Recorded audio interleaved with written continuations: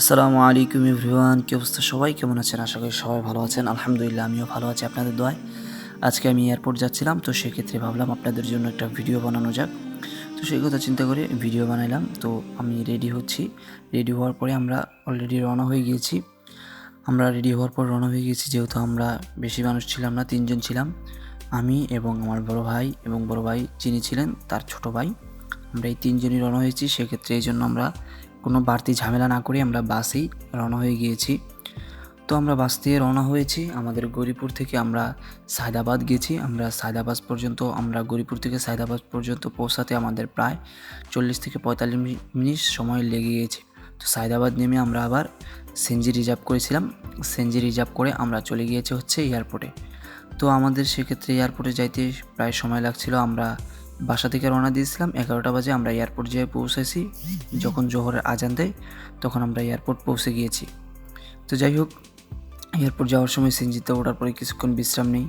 আমরা বিশ্রাম নেওয়ার পরে যে আমরা প্রায় 10-15 মিনিট আগের রাস্তায় আমরা একটু বিশ্রাম নিই। বাইরে খাবার দাবার, হালকা ঠান্ডা পানি, বন, কেক এসব খাবার দাবার খাই। তো খাবার দাবার খাওয়ার পরে আমরা আবার রওনা হয়ে যাই। রওনা হওয়ার পরে আর বেশিক্ষণ লাগে না। সে যখন সিএনজি ছাড়ছে, এই জায়গা থেকে বিশ্রাম নেওয়ার পরে সিএনজি ছাড়ার পরে আমাদের সময় লাগছিল প্রায় 10 থেকে 15 মিনিট সময় লাগছিল আর কি আমাদের।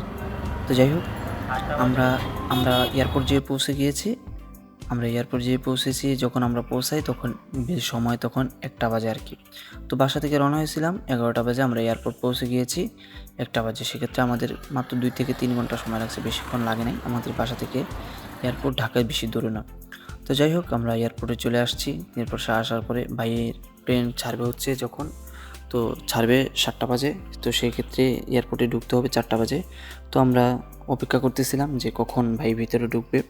তো সেক্ষেত্রে আমরা অপেক্ষা করতেছিলাম ভাইয়ের ভিতরে ঢোকার জন্য, আরও অনেকক্ষণ সময় বাকি আছে। তো যাই হোক, আমরা বাইরে অপেক্ষা করতেছিলাম, বিশ্রাম নিতেছিলাম। খাবার দাবার, হালকা কিছু খাবারও খাইনি এই সময়ের ভিতরে। তো বাইরে ভাইকে নিয়ে অপেক্ষা করতেছিলাম, আশেপাশের দৃশ্যগুলো আমরা দেখতেছিলাম। তো যাই হোক, আমরা এই যে ভাই এবং ভাইয়ের কাকা, আমরা সবাই একসাথেই ছিলাম।